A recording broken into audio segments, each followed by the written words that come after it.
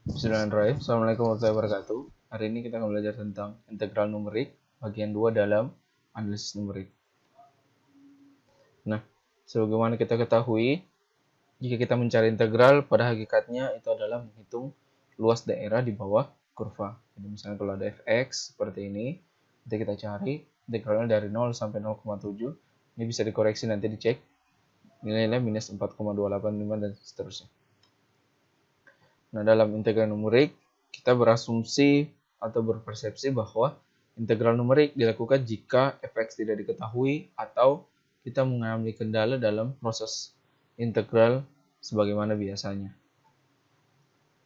Nah, ini kemarin beberapa persamaan yang digunakan untuk membuktikan bentuk umum dari integral numerik dengan memanfaatkan deret Taylor.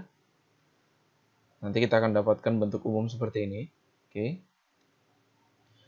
Nah, kemarin kita sudah mengilustrasikan tentang pemanfaatan metode trapezoid rule dalam melakukan integral numerik. Jadi bentuk umumnya seperti ini ya, h per 2 f0 tambah 1. Kemarin ada contoh seperti ini. Jadi hari ini saya ada koreksi terkait jawaban contoh ini. Jadi seharusnya seperti ini ya. Nah, yang pertama kita lakukan jika diminta soal seperti tadi adalah menentukan hanya. Hanya itu adalah B dikurang A per interval. Jadi kalau diperhatikan A dan B-nya di sini dan intervalnya A-nya 0, B-nya 0,7. Intervalnya diminta 2. Nah, berarti B kurang A per interval itu 0,7 kurang 0 per 2. Sama dengan 0,35. Nah, setelah dapat H, kita menghitung titik-titik X-nya yang akan digunakan. Jadi di sini ada formula umumnya XI sama dengan A ditambah I dikali H. Oke, kita mulai pertama dari 0, selalu dari 0 ya. 0, X0 berarti I-nya sama dengan 0 ya. 0, A-nya kebetulan juga 0, karena ini A-nya tadi 0. Ditambah I-nya 0 dikali 0,35, maka jawabannya 0. Kita isi X0 pertama di sini. Kemudian X1, 0 ditambah I-nya 1 ya, karena ini 1. Maka 1 kali 0,35, 0,35. X2, 0 ditambah 2 kali 0,3, 0,7. Kalau sudah sampai angka B-nya, sudah berhenti. Nah, kemudian dari situ kita cari nilai fx-nya. 0, 0,3, 0,35 ini hasilnya, 0,7 ini hasilnya. Kemudian kita hitung, berarti yang kita lakukan adalah X0 sampai X0 tambah 2H ya. Karena 0,7 sini 2H. Oke, karena sini X2. Oke, 2H. Oke, masukkan berarti itu X0 tambah X0 tambah 1H, X0 tambah 1H, sampai X0 tambah 2H. Dimasukkan. Tinggal dihitung, jawabannya seperti ini. Ini koreksi untuk contoh soal yang kemarin. Sehingga waktu mengerjakan latihan kemarin, itu juga sama. Berarti kita tentukan dulu hanya berapa. Nanti dari hanya, baru kita tentukan X0, X1, X2. Jadi kalau misalnya intervalnya 7 dan intervalnya 8, pasti akan menghasilkan X0, X1, X2 yang berbeda-beda. Nah, sekarang kita masuk ke Simpson sepertiga rules. Jadi, kembali dulu ke bentuk umumnya seperti ini. Nah, semangat dari Simpson sepertiga rules itu adalah mendekati persamaan yang ada, fx, dengan persamaan polinomial yang lebih tinggi.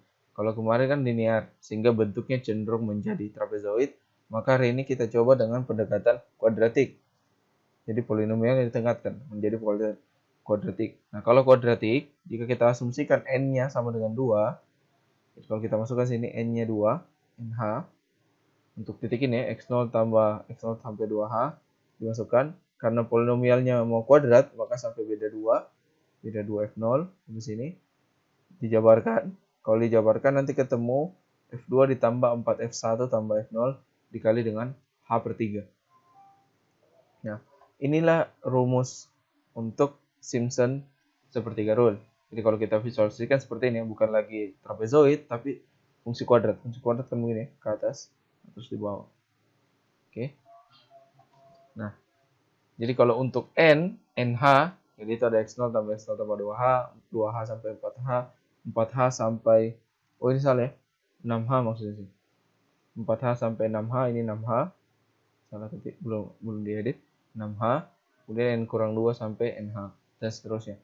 Nanti kalau dijabarkan, ini 6 ya, karena tadi sini 6 tadi, maka ini f6, dijabarkan seterusnya, nanti ditambah-tambah akan muncul h H per 3 kali F0 tambah 4 F1 dan seterusnya.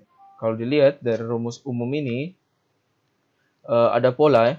Pertama, yang di awalnya pasti dikali 1 konstantanya.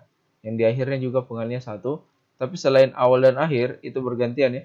4 kali F1 tambah 2 kali F2 tambah 4 kali F3 tambah 2 kali F4. Ini berulang terus.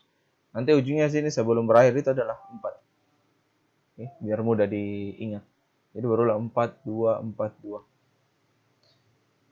Nah, sebagai catatan, interval yang digunakan pada Simpson sepertiga rules haruslah angka genap. Jadi harus n-nya kelipatan 2. Ya, misalnya 4, 6, 8, dan seterusnya. Nah, contoh. Misalkan soal yang kemarin sama.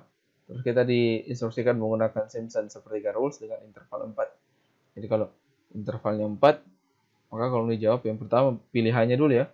Berarti 0,7 kurang 0 bagi 4. Ini adalah 0,175. Nah, dari itu kita pilih titik-titiknya pakai rumus XI sama dengan A tambah I kali H. Lalu kita masukkan sebagai berikut. Dapat ini kan sudah sampai 0,7 berhenti. Dimasukkan, dihitung fx-nya. Nah, setelah dihitung fx-nya dibuat seperti ini. X0 tambah X0 tambah H. Nah, ingat kalau tadi rumusnya awal dan akhirnya dikali 1 ya. Berarti nanti F0 sama F4 kalinya 1.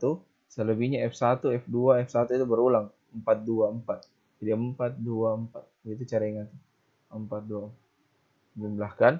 Tapi kalau tidak mau mengingat begini, boleh dijabarkan kembali seperti penurunan rumusnya. Pasti nanti ketemu begini juga. Oke. Dimasukkan saja hasil perkaliannya.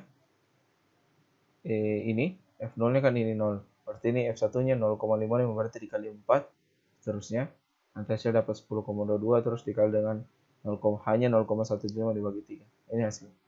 Oke, sekali lagi saya ingatkan dalam interpretasi pendekatan numerik pastilah ada errornya, ada selisihnya dengan nilai sebenarnya. Oke, sekian terima kasih. Assalamualaikum warahmatullahi wabarakatuh.